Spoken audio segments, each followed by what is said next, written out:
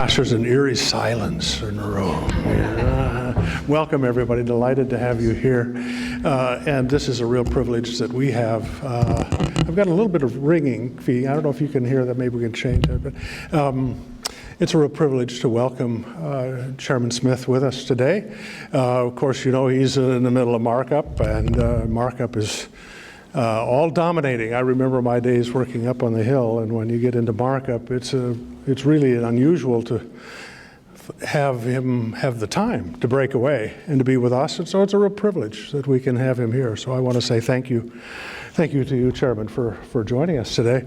You know, if we have a little emergency, we've not had one ever since we've been here, but if we do, either I or Kath Hicks is going to be responsible for your safety. So follow our instructions. The exits are right behind us. This one is the one that's closest to the stairs. It'll take us down to the street level. We'll take 2 left-hand turns and a right-hand turn. We'll go over to National Geographic, and I'll get tickets for everybody to attend the show of the Queens of Egypt. It's really quite a good show. You'll enjoy it. But nothing's going to happen. Don't worry. It really is a privilege to welcome Chairman Smith here. Of course, he's been in the Congress a long time and has been on the Armed Services Committee working his way up, and has had many ideas about the way that the Armed Services Committee can become stronger, more relevant, and shape the intellectual trajectory for the House as it thinks through defense challenges going forward. And we're really very fortunate to have him with us today. Kath Hicks is going to moderate a discussion. Chairman, I think you're going to say a few words in advance that are very preparatory. Would you please, with your applause, welcome warmly the Chairman of the House Armed Services Committee, Adam Smith.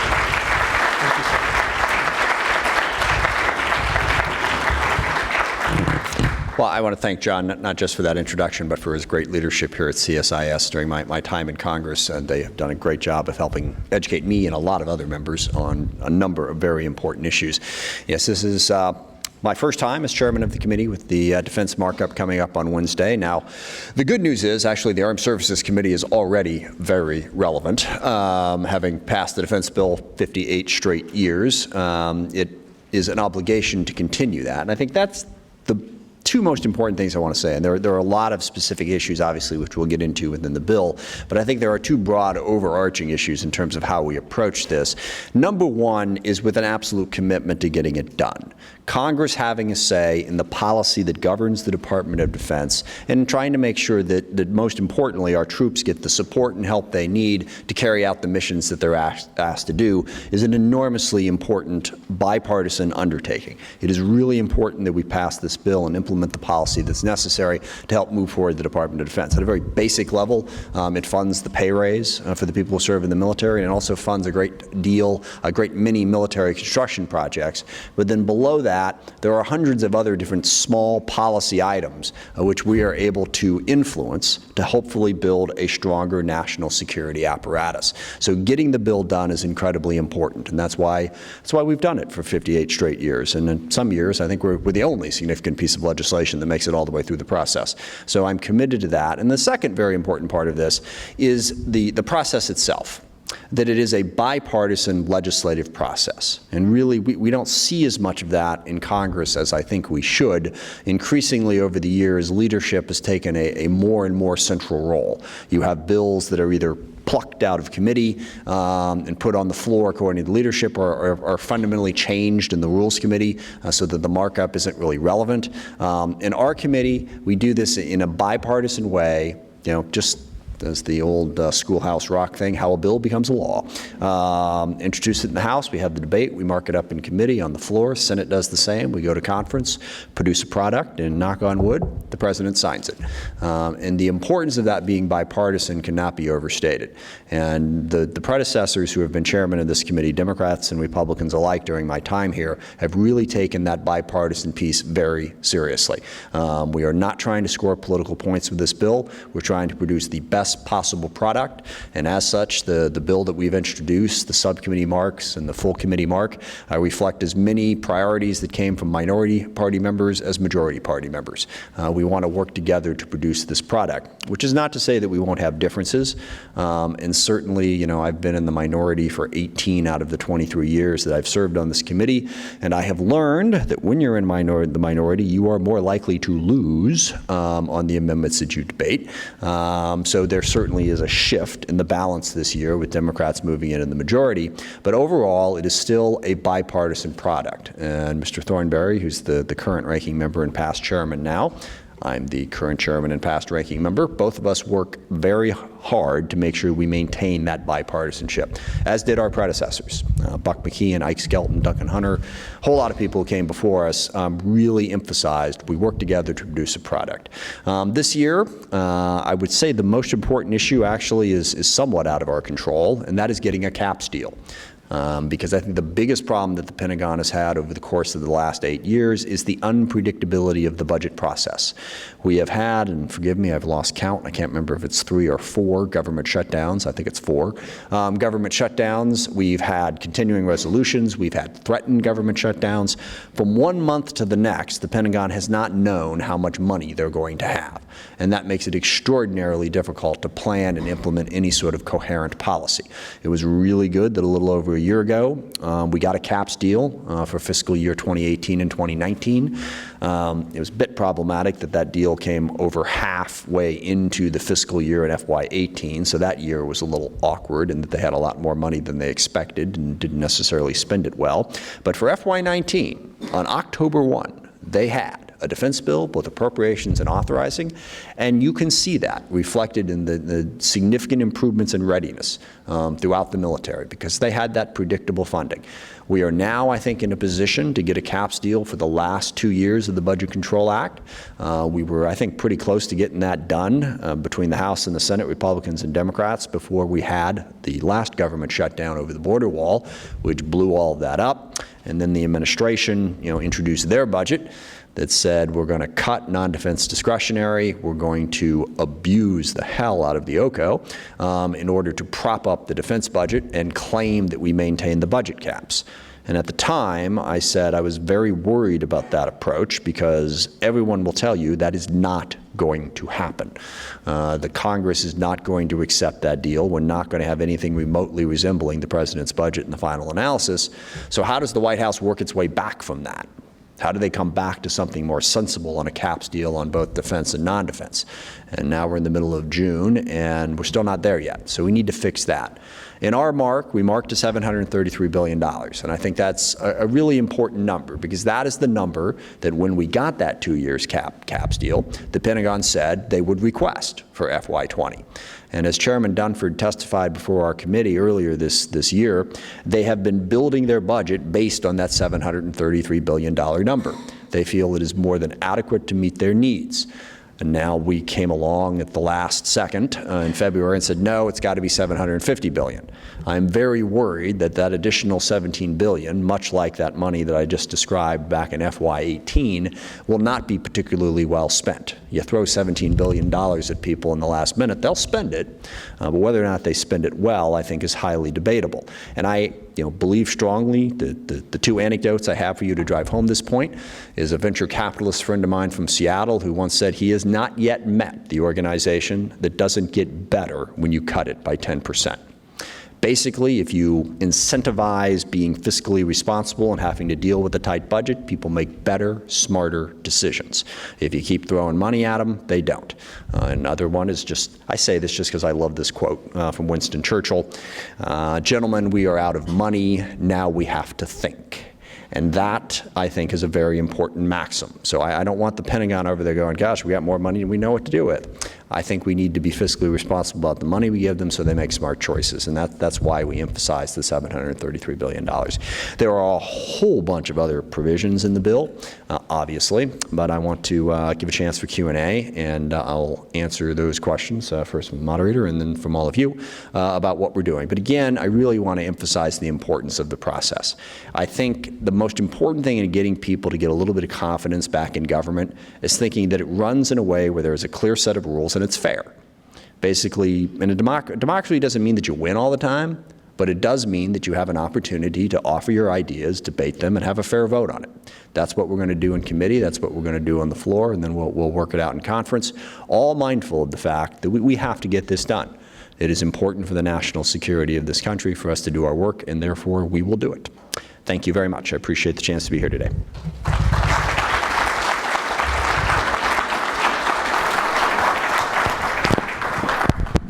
I'll give you a chance to mic here. Okay.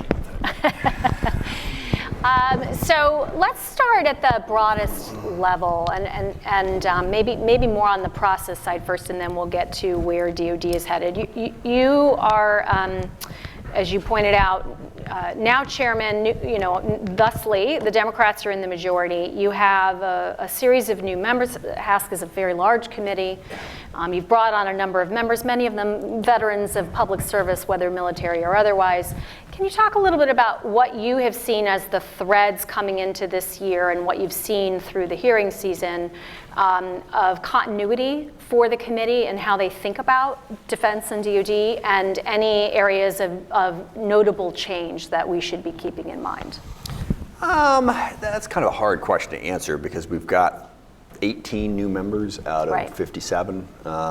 18 of them are freshmen. Almost all Democrats. There are 2 Republican new members, but and they come from a wide variety of backgrounds. And frankly, that's a question you should ask me on Thursday morning. I'll have a much better answer then. No, the only overarching theme I think is on the accountability side. Right. That I think we've got a lot of really smart people who have backgrounds. Either we have some from the State Department, from the CIA, military veterans, successful business people. They want to know that the money's being well spent in the right direction. And there's been a very strong focus on that. The audit, getting to the point where we can better say what money the Pentagon is spending and on what, I think is an important focus for folks. And beyond that, it's really hard to sort of say, okay, these are the 3 things that people care about.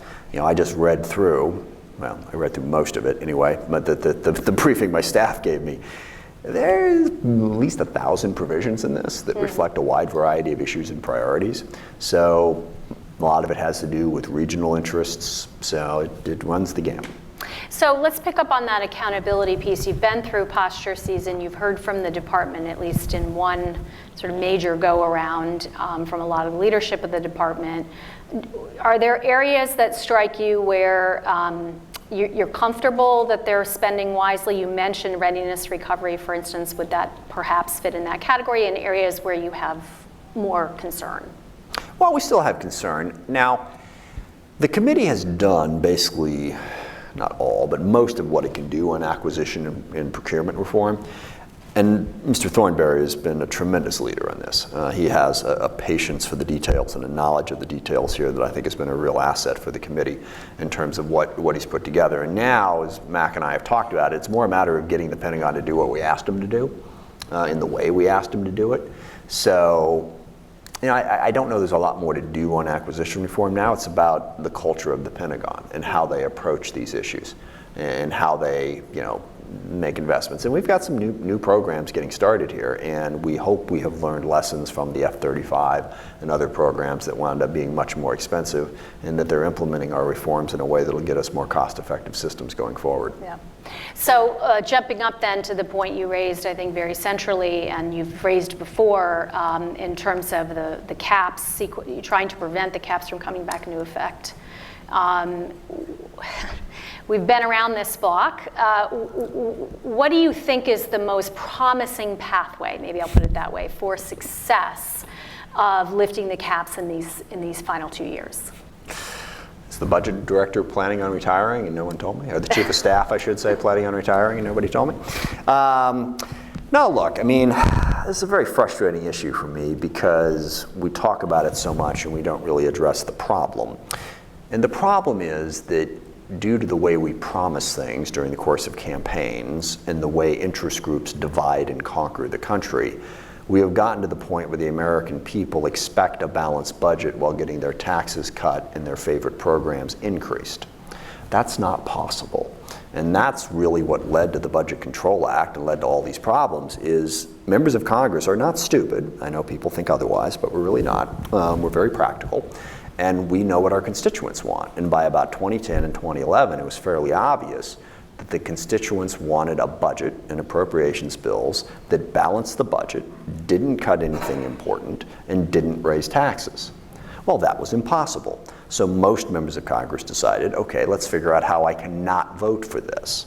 Because anything that I vote for is going to be politically unpalatable, which is why we stumbled into the Budget Control Act and a whole bunch of CRs. Nobody wanted to vote for the appropriations bills because it was politically impossible to vote for something that worked.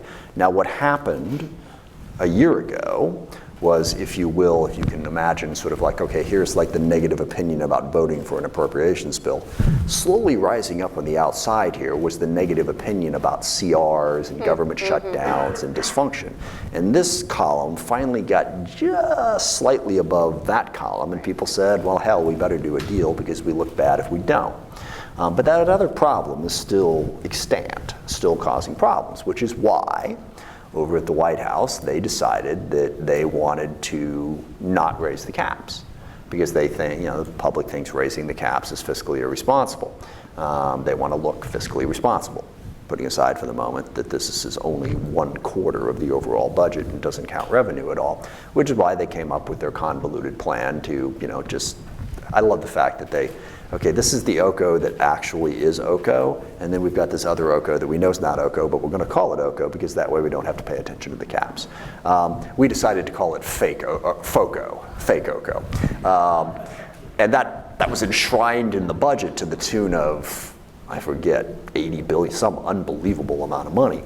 And it was all a convoluted way to get around reality, to try to convince the American people that we can, in fact, give them something for nothing.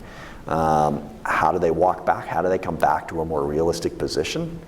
I don't know. I mean, don't forget that caps deal that I talked about, I'll never forget waking up the morning, we passed it, I was catching a plane that afternoon, and the president was going to sign it. And first story I see, president says he's going to veto budget deal. I was like, well, I've been doing this for 28 years. That's a first for me. We all get together. We all agree. And this is not a small little thing. Okay, this is like $1 trillion+. And the president wakes up one morning and throws a fit and says, well, I think he was being criticized on Fox News for lifting the budget cap. So it's like, well, I don't want to be criticized. I'm not going to do this, which his staff had to patiently explain to him, no, you really can't blow up the entire government over sort of a morning feeling. We agreed to this, so he did sign it. But from the moment he signed it, he was like thinking he doesn't want to sign that again. And that's the trap we're in. How do we get him out of that? And I like Mick Mulvaney. I served with him in the Congress. Nice guy. Talked with him in the gym. But I don't have an enormous amount of faith that he understands a lot of what I just said, or understands the importance of finding a way out of it so that we don't screw up a good chunk of the federal government, including the Department of Defense, which, I mean, we talk about, we'll go back down to the caps, which I think is 570 something, 576 base. I'm not counting OCO, but we got to pass that to get to that. We got to fund something, or it's just a CR, which is disastrous. So we need to have some pretty serious, I understand the Senate Republicans were supposed to go over to the White House, I think it was today, and talk to the president about this. So I hope that conversation went well, but right now we're in trouble. So 750 versus 733 seems to be the major issue that gets reported on. This town likes to talk about budget levels. I'm not going to personally be able to stop that single-handedly, but I'd like to focus a little bit of time today on the for what. What are the priorities for defense? Do you think the department's operating under the right strategy or a reasonable strategy? And if you think there should be some notable changes from what they've put out in the nuclear posture review, of course you're already on record on a piece of that, and on the defense strategy and the missile defense review, welcome your thoughts on where you think it's tracking in the right direction for the challenges we're facing and where they've gone on a course that you don't agree with. Sure. Just one final word on the levels. Yes.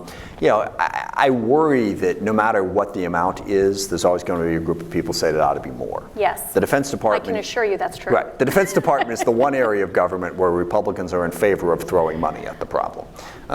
Basically, it's like, and the thing is, I think if we'd come out and said 750, they'd have said 775. So that's why I think it's really important that the 733 is an informed number. Mm-hmm. It was a number that was built towards over the course of a year.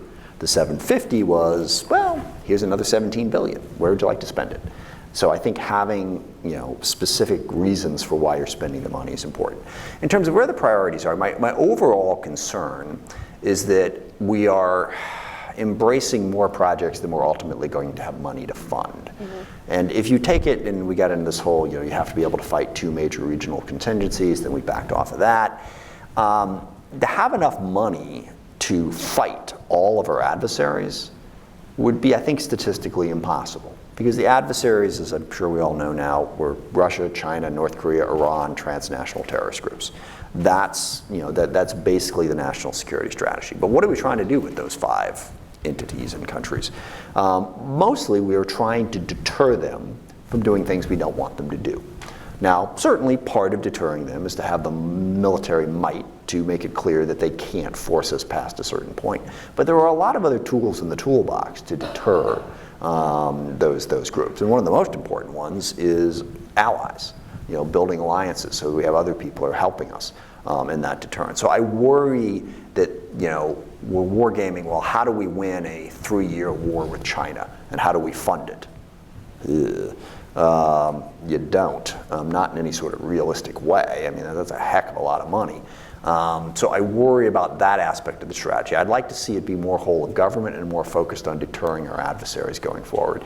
And yes, broadly speaking, in terms of the amount of money that we spend, I think we're planning on spending too much money on nuclear deterrence. Now, I can count, and I don't think I have the votes to change that policy, but what I've tried to do this year is to force that debate, to have a discussion. Well, why do we need, 4,000 nuclear weapons and every aspect of the triad and all this stuff? What are we trying to accomplish? And then the other piece of it is embracing new technologies and making sure that we have enough money to fund things like AI and hypersonics and cyber, which is really the future of warfare. I mentioned, we budget for, what if we have to go to war with China? Well, odds are we're not going to go to war with China, which is not to say that we shouldn't try to deter that possibility, but we are going to be engaged in a cyber fight with Russia and China and a lot of other places. That's what's really going to happen. So how are we funding that? How are we going to use artificial intelligence? I think that's the other thing about these new technologies that's important, is I want to see more out of the Pentagon, not just about how they're going to invest in these technologies, but towards what end? What are they hoping to use these technologies for? How do they help them accomplish their goals? What's the application of the technology? Instead of just thinking, hey, this would be neat, actually figuring out how to make it work. And I'm thinking of an analogy to the littoral combat ship, which is capable of doing a lot of things, but none of them altogether that well.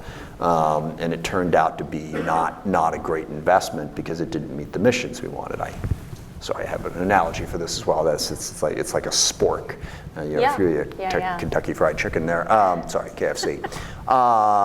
It's not a very good spoon and it's not a very good fork. So what you'd really rather do is buy a bunch of forks and a bunch of spoons and actually make them work.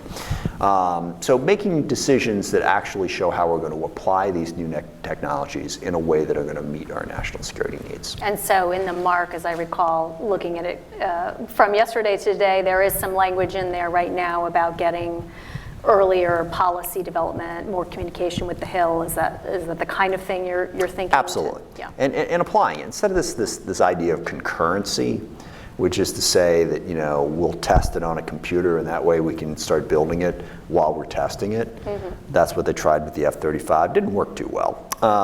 And there's a big reason for that. And I remember this from when I was on the Intel committee, and they were debating which satellite to buy, and they had this satellite and there was a new one. I was looking at the computer and I was saying, wow, that new one looks pretty good. I said, yeah, understand something. A computer model will beat an actual piece of equipment every single day. And do you know why? Because it's a computer model. It doesn't actually exist. Okay, it's CG graphics. It's like saying I'd like to have a bunch of dinosaurs because I saw them in a movie. It actually, the real is more important than what you can sort of show on a computer. How do you actually make it work and apply it? I want to just get specific on the one piece on the nuclear posture review that I know you all marked on, which was the low yield. Yeah. Do you want to talk a little bit about that decision? Sure. Yeah, we're going to have a couple of fights. I mean, I think for the most part, the mark is relatively bipartisan. I mean, without question, it has some Democratic tilt to it. But the only two sort of broad areas where we're going to have more sort of Democrat versus Republican fights, Guantanamo and nukes. And even on nukes, I mean, we fully fund, B-21, Columbia class, LRSO, a number of different aspects of it. The one area where we have disagreement is we don't think we should build a low-yield submarine-based nuclear weapon. And understand that we have low-yield nuclear weapons. Right. All right. The debate here is not whether or not we should have them. And also, as a constituent of mine pointed out this weekend, referring to something as low-yield that's a nuclear weapon is, like jumbo shrimp. It's a little bit of a misnomer there. It's a nuclear weapon. It's going to destroy a whole lot of stuff if it goes off. So we just think it's a destabilizing move to put these things on submarines. And so we're going to have that argument. And I don't know how it's going to come out in committee, but we'll live with the result and move forward. And because you already mentioned Guantanamo, let's talk a little bit about that. You include in the mark several provisions actually related to health and welfare, if you will, of those who are detainees at Guantanamo. You include provisions relating to countries, extending the inability to return to certain countries, and then there are a couple other pieces related to whether you could prohibiting further detainees coming to Guantanamo. I may have missed a few things in there, but can you talk a little bit about the conversations that led to that mark? What's the animating, interest in Guantanamo coming, I'm assuming largely from the Democratic side? Yeah, well, number one, I don't want to see it expanded. I don't want to see more people going to Guantanamo. There was, I don't think, ever any need for it. We've done a very effective job in this country of capturing terrorists and trying them in Article 3 courts and convicting them. We've been doing it for the current terrorists for about 25 years now, and quite effectively. It hasn't proven as effective to try them in military tribunals or to go through, law of war detention. It's been messy and difficult. So I think we should do what was working and not add to the problems in Guantanamo. There's also problems in terms of medical care. Mm-hmm. And I think the Senate actually has a provision allowing for emergency medical care to be done in the U.S. for Guantanamo Bay. We're down to about 40 inmates down there, but it's not a good situation. Ultimately, I still think we ought to build facilities in the U.S. and transfer them here. Mm-hmm. We house some of the most dangerous criminals in the world, including, by the way, a lot of terrorists right here in the U.S. I don't think there's any need to have an incredibly expensive facility down at Guantanamo housing 40 people. So ultimately, I think they should be transferred here. I think Republicans are a little bit more flexible about it because they trust President Trump to uphold their policy views on this, because this is all discretionary. We don't mandate shutting down Guantanamo. We just remove the restriction if you wanted to do it. And we remove the restriction on transfers to U.S. facilities. Right. Space Force. The mark does not include anything on Space Force. You are on record as not being highly supportive of how the Air Force has managed space. Where should we look for how the House Armed Services Committee is going to come out on Space Force issues? Yeah, that's a bit misleading. We are going to have elements on a Space Force, Space Corps. We didn't have an agreement on it before the mark came out, so we've got an amendment that's going to add it. And my basic position is, yes, I think we need to place greater emphasis on space. I think the proposal from the administration is too expensive. It has too much bureaucracy and undermines, it moves personnel around in a way that can undermine some other agencies and services unnecessarily. But yes, we should have a separate Space Corps or Space Force. That's part of what we're debating. We're going to have an amendment that puts that in our bill, and we'll work out the details in conference. Great. I want to talk, before I turn it to the audience, a little about just how we're approaching China at this point in time. It's not entirely within the jurisdiction of the House, but as you pointed out before, a lot of these challenges are cross-jurisdictional. They're a whole of society, if you will. They're about the balance of capability across our national security enterprise. Would love to get your view on how the U.S. is approaching the challenge of China right now, if in fact on the defense side you believe it to be a significant competitor or challenge, and your views on where the policy is today.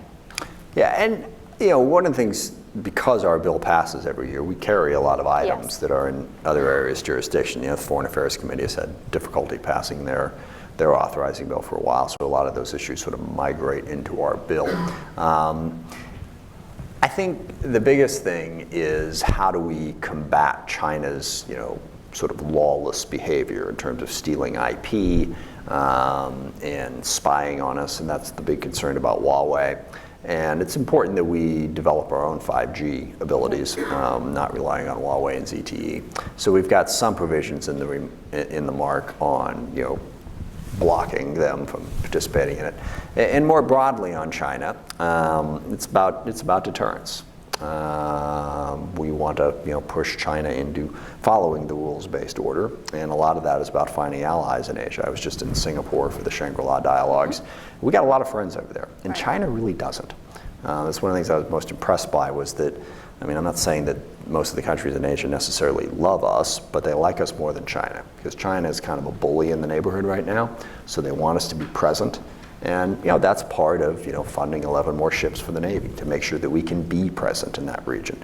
And that presence matters to South Korea and India and Vietnam and the Philippines and other allies in the region, so that they know that they don't necessarily have to knuckle under to the bully, that we will be there to try to enforce the international order. So, and you do have language in the mark on sort of preventing the pull-out of forces, for instance, from South Korea. You have some new burden-sharing reporting language.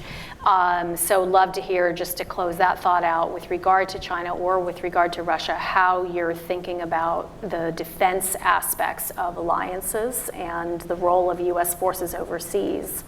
Yeah. Well, what I hope for is sort of a full force multiplier approach.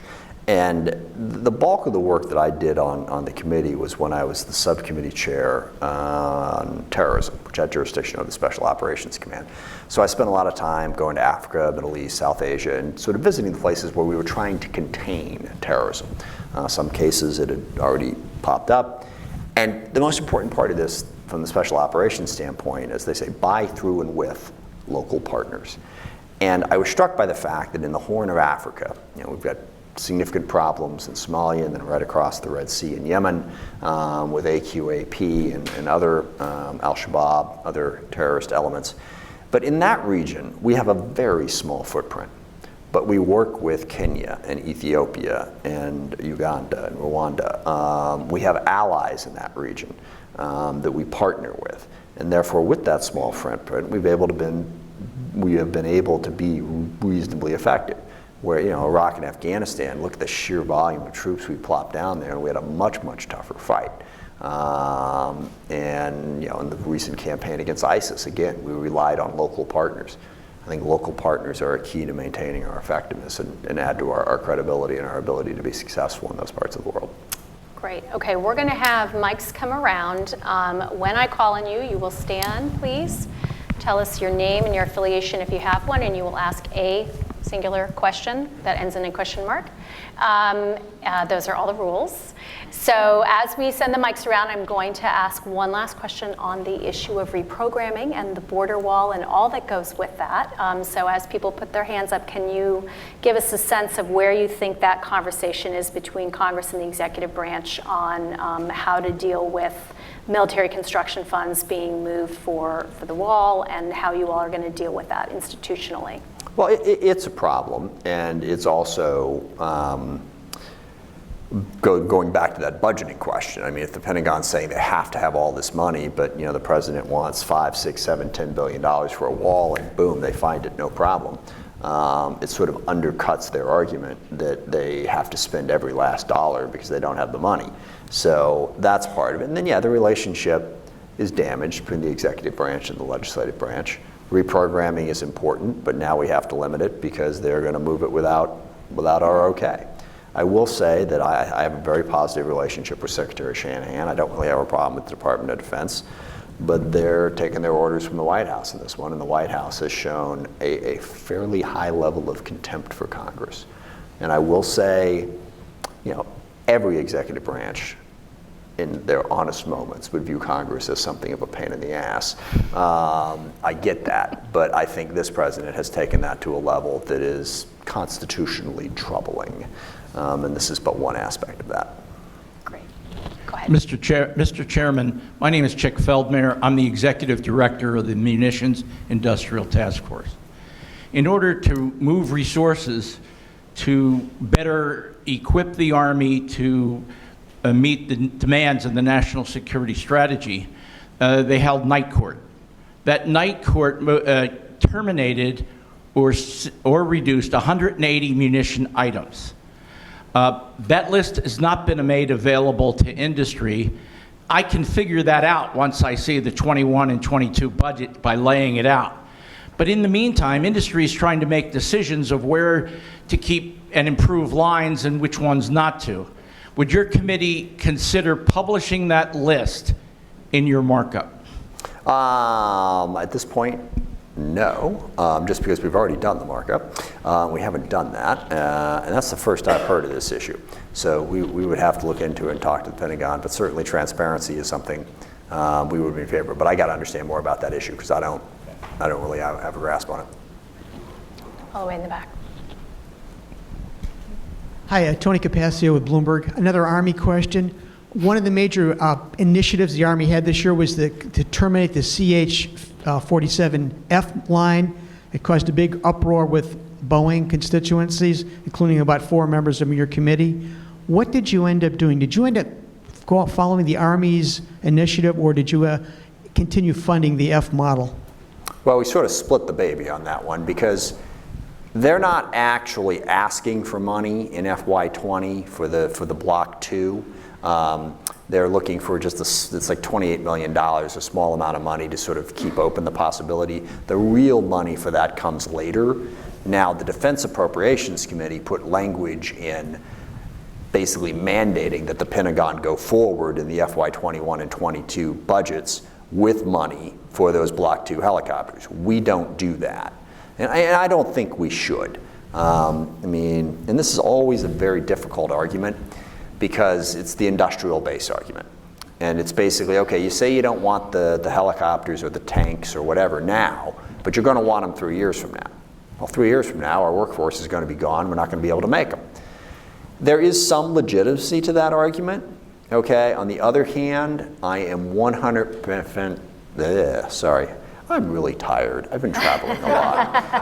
I am 100% convinced that industry, what's the right way to put this, is I think the word when you're trying to say lie, but you don't want to say it publicly, is disingenuous. They will exaggerate the industrial base argument, and not to pick on Boeing, but I always remember the whole tanker debacle, speaking of procurement projects that are just an utter nightmare.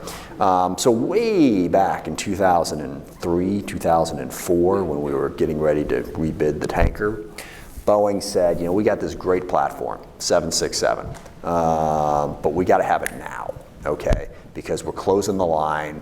If we don't get the bid now, we won't be able to do it. So, under primarily the leadership of my predecessor, or my former colleague, Mr. Dix, we came up with this lease deal to buy but it turned out there was a couple of illegal things that happened along that way, and that deal got blown up. So Airbus then won the next bid process, and that was protested. Long story short, somehow magically the 767 line was still operational 7 years later when they finally got the contract.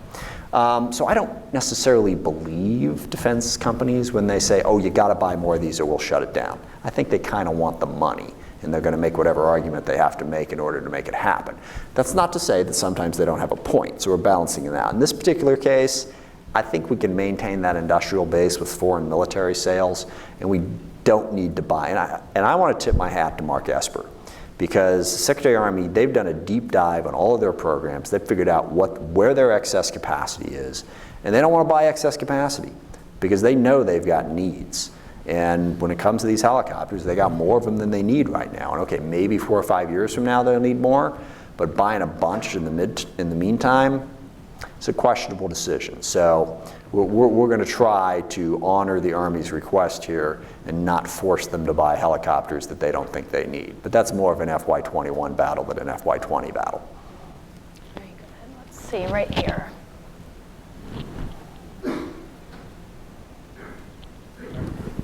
Right there.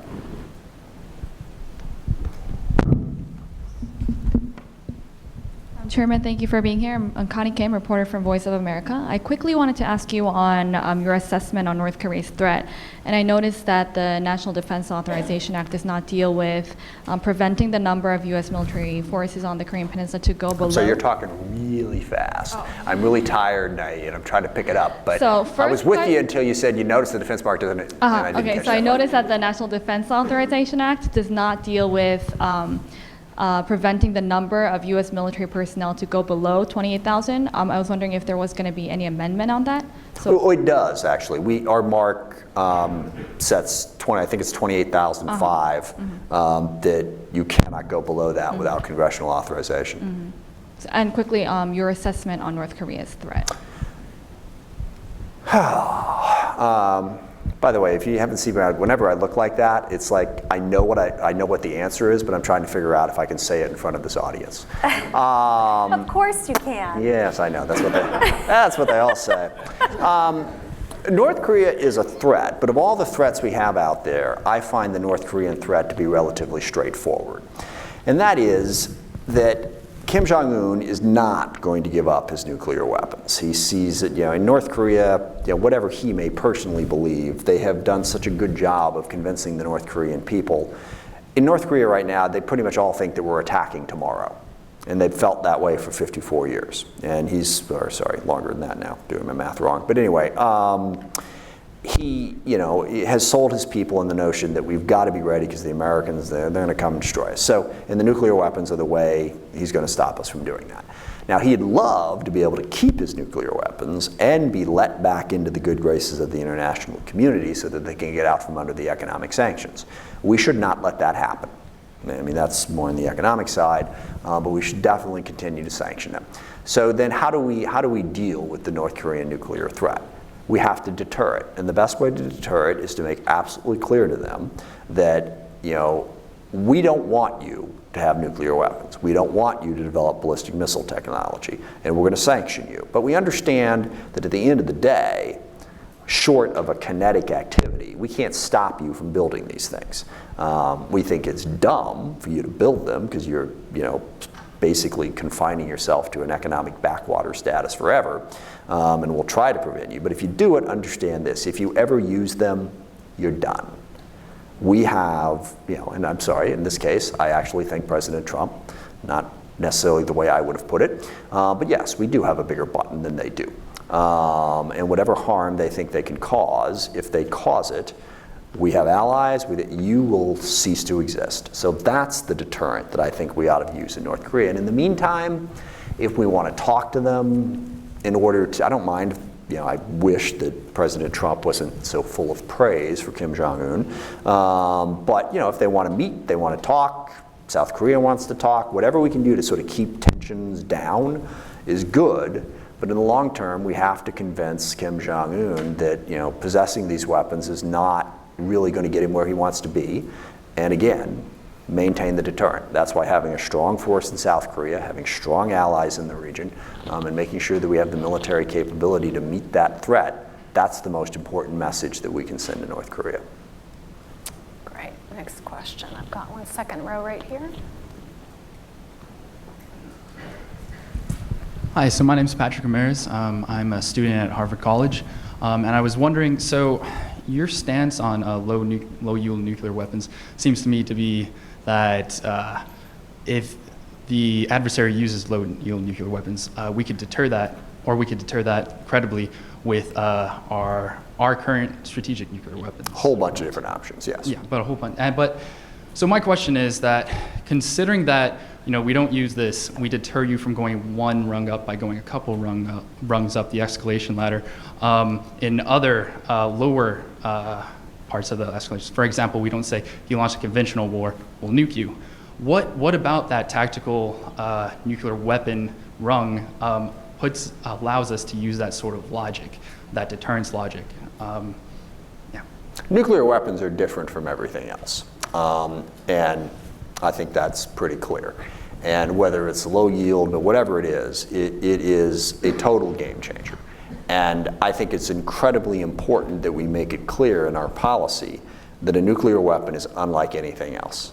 And if you use it, you have opened up Pandora's box, and we have no choice but to engage. And I think it's a mistake to start talking about a proportional response to a nuclear weapon. And what the hell is a proportional response to that type of attack?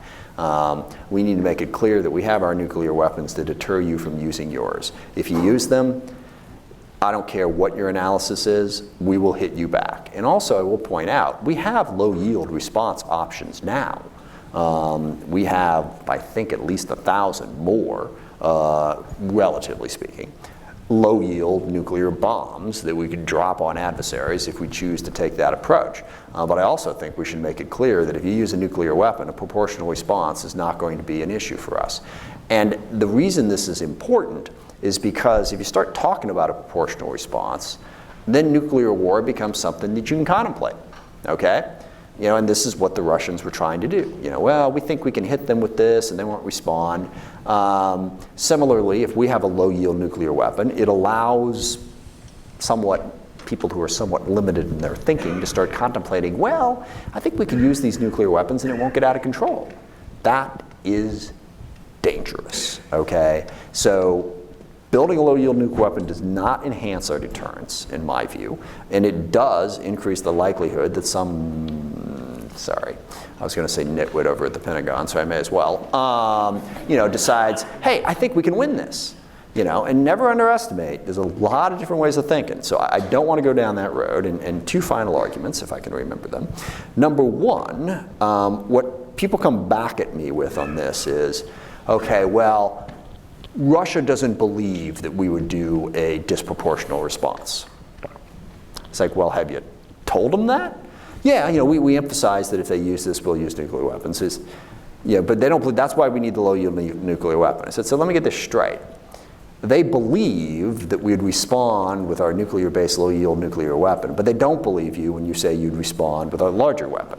Look, if the adversary doesn't believe us, we're kind of screwed anyway. Deliver a better message, all right? It's not an excuse to build more complicated nuclear weapons that we somehow aren't adequately informing them. And I really do think Russia ought to understand nuclear weapons, absolute red line, and we will respond. So I don't buy the argument that, well, they'll think they can launch the low-yield nuke, because even though we will respond with a disproportionate response, they won't think that we will. That's where diplomacy and clearly articulating our policy comes in, and I think we ought to be able to do that. And second, on the low-yield nuclear weapons, I throw in this last argument just because I like movie analogies, and I've been here for 45 minutes and I haven't used one yet. It's war games. You can't win a nuclear war, all right?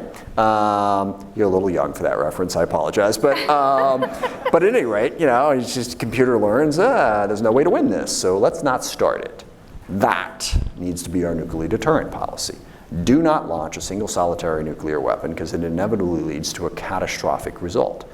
That message we need to communicate. I think dancing down the road of a low-yield nuke on a submarine puts us more down the path of trying to figure out how to have a tactical nuclear exchange.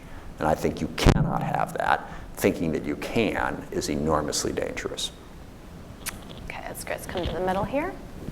Just wait for the microphone here.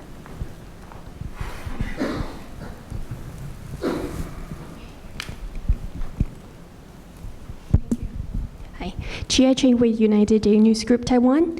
Mr. Chairman, so the Senate version of NDAA advocates to enhance U.S.-Taiwan defense relations. Will the House version have similar language?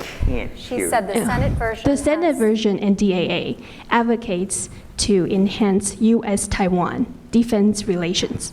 Will the House version have the similar language? And do you support U.S. should sell tanks and advanced fighter jets to Taiwan? Do I support what? Sorry. Do you support U.S. should sell tanks? Should sell tanks? Yeah. And advanced. F-16V to Taiwan? Thank you. I do. I think we should sell weapons that enable Taiwan to adequately defend itself. I don't know if we have language in our bill specifically on protecting Taiwan. That's not technically our jurisdiction. That's foreign affairs. And they were a little persnickety in giving us waivers this year. But yeah, I'm all in favor of that because, again, on the deterrence message, the best thing on Taiwan is to make China know that if any sort of military attempt to subjugate Taiwan back into China is going to carry too high a cost. We have to make sure that they perceive that cost is high, and therefore they don't want to go down that path. So I don't have any trouble whatsoever selling weapons to Taiwan to put them in a position to defend themselves, or making it once again clear that the U.S. will defend and support Taiwan in as many ways as this is humanly possible. Okay, we have time for 2 more questions. I'm going to group them if that's okay with you and let you answer. I don't like grouped questions. Okay, actually, then so we we'll take won't one group. at a We'll take time. 2 more questions. So let's do right over here, you in the front row, sorry. Right over here. And then we'll come eventually over to the woman in the middle there. I'm sorry, we'll get to you. Hi, James Siebens with the Stimson Center. Mr. Chairman, the Yemen resolution did not pass, and so there was a Well, it passed. well, there was a potential constitutional crisis perhaps averted there. I want to ask for your perspective on war powers and whether you think that wall funding, for example, is an indication that the executive branch is willing to find ways around the Congress's constitutional powers to allocate funds. FOCO is being another good example of that. Well, it's sort of 2 separate things there. On the one hand, I am disturbed that this administration has done so much to circumvent legislative authority.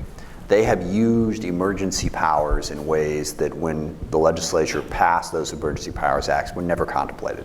All these tariffs are supposedly under, I think it's a 1961 or 62 emergency declaration. There's no emergency.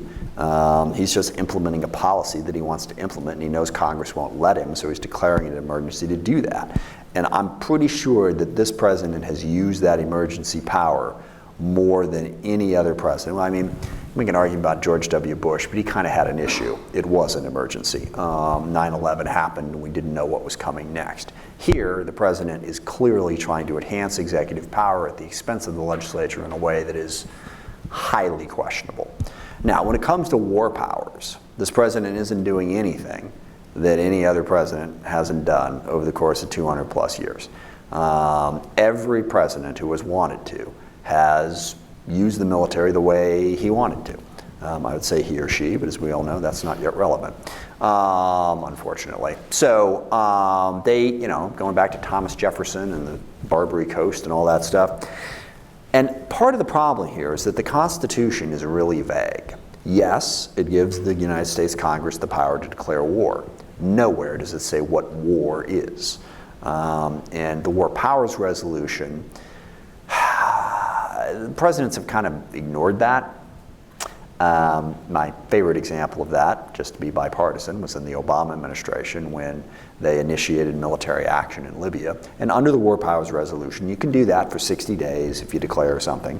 But after 60 days, if hostilities have not ceased, you must get congressional approval or you have to cease activity.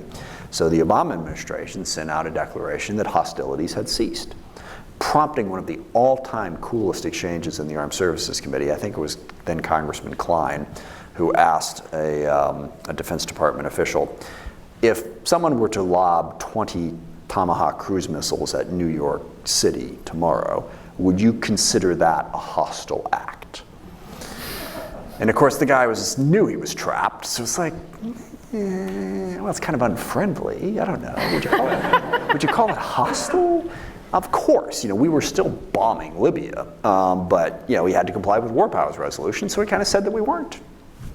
So it's not peculiar to the Trump administration. It is a problem in that the normal constitutional check and the American people's ability to have a say and when we engage in military activities is significantly degraded by the fact that the executive branch has refused to go to Congress to do this, which is why we will be adding some provisions probably on the floor about Iran and Venezuela, that you can't take military action without congressional approval, to make it specific. On Kosovo, we had a vote on the House floor on an amendment, I think, to an appropriations bill, or maybe it was, I think it was the bill itself, saying, do you approve of the bombing campaign in Kosovo? And it was actually a tie vote, which means it was defeated, didn't pass. Clinton bombed Kosovo anyway. So presidents, by and large, exercise their commander-in-chief authority very, very broadly, and Congress fights like mad to try to reduce that. And we're going to keep fighting because it's really important, but historically, we tend to lose. So, it's going to be a tug of war, not just in this presidency, but I think for a long time. Good. Okay, we had the final question. Go ahead. Hannah with ITC. I'm wondering if you could talk a little bit about the role that cybersecurity will play in this bill, especially in light of election interference. Yeah, there's a lot of stuff that goes on with cyber, and I'm sorry, cyber makes my eyes cross because it's really confusing and really difficult because it's everywhere and it's constant, and the points of vulnerability are not quite infinite, but close. So it is a constant effort for us to protect ourselves from a cyber standpoint. I think that the most important things in there are to try to make sure that we have a robust cyber capability. And frankly, that's all about people. It's a little bit about organization. Setting up the Cyber Command, I think, made sense. But it's also been making sure we can recruit the best people to understand how to fight those cyber battles every day. And we have a lot of provisions in the mark to make sure that we do that. And this is primarily Mr. Langevin's jurisdiction, the Emerging Threats Subcommittee. As far as the interference issue is concerned, we're trying to do stuff on it. The reason I'm looking like this is the challenge is that just about anything we're doing, logically, would require executive branch cooperation. Okay, the legislative branch isn't out there trying to protect our elections. We're empowering the Department of Homeland Security, the Department of Justice, and others to do that, but they have to want to do it. And there is considerable concern that the president doesn't want to do it because he's not stupid. The Russians are helping him, even if he doesn't want to admit it publicly. On a certain level, he knows that. So is this administration going to do what it needs to do to protect democracy in this country? I am not confident that they are. And we're going to keep banging away at them from every angle we can to try to force them to. But that's a tough battle if the executive doesn't want to do it. And this, election security in this country, I think, is an enormous problem. One of the most important things that we do is pass a law that Rush Holt, former member of Congress, had a long time ago, which requires a paper ballot. Because when you think about it, you can always do a recount. Well, if they hack the computer, you're simply recounting something that was already compromised. A paper ballot would give you the ability to act, people would vote, they say, okay, this is the way I vote, you'd turn them in, and if you had to have a recount, you could have an accurate recount that wasn't relying on the computer. That bill has been in Congress for a long time. I think we ought to pass it. And I also think that we need to take efforts to make sure that voter suppression is countered, because there are incredible efforts across this country. I mean, you all in elections, you've seen these pictures of people waiting in line 5 hours to vote. What the hell? This is the United States of America. What do you mean we're waiting in line 5 hours to vote? I mean, that is denying people the franchise, because a lot of people can't wait in line 5 hours to vote. In the state of Washington, we have an all-mail-in ballot. It's sent to your house. Now, depressingly, a lot of people still don't exercise their franchise, but it's not because they don't have the opportunity. And you have a 18-day period in which you can either drop it in the mail. We now pay for the postage, or there's drop boxes all over the county in different places where you drop in. We need to make it easier for people to vote, not harder. And I'm worried about this administration's commitment to that all the way around. So this And there is bipartisan concern about this in Congress. There are many Republicans in Congress who want to protect the ballot box from Russian interference. I'm not sure we're fully engaged on that, nor do I think that we're fully engaged in countering the overall information operations that the Russians are engaged in to try to undermine not just U.S. elections, but democracy itself. Because that is their long-term plan, is to convince people that democracy doesn't work, autocracy is better, and they've got a variety of different ways to do that, and I don't think we are, thus far, standing up and defending democracy the way we should. Chairman Smith, I want to thank you for taking time out of an incredibly busy schedule You're this welcome. week to meet with us to explain a little bit about where your committee is going, and please join me in a round of applause to thank Chairman Smith. Thank you very much. I appreciate it.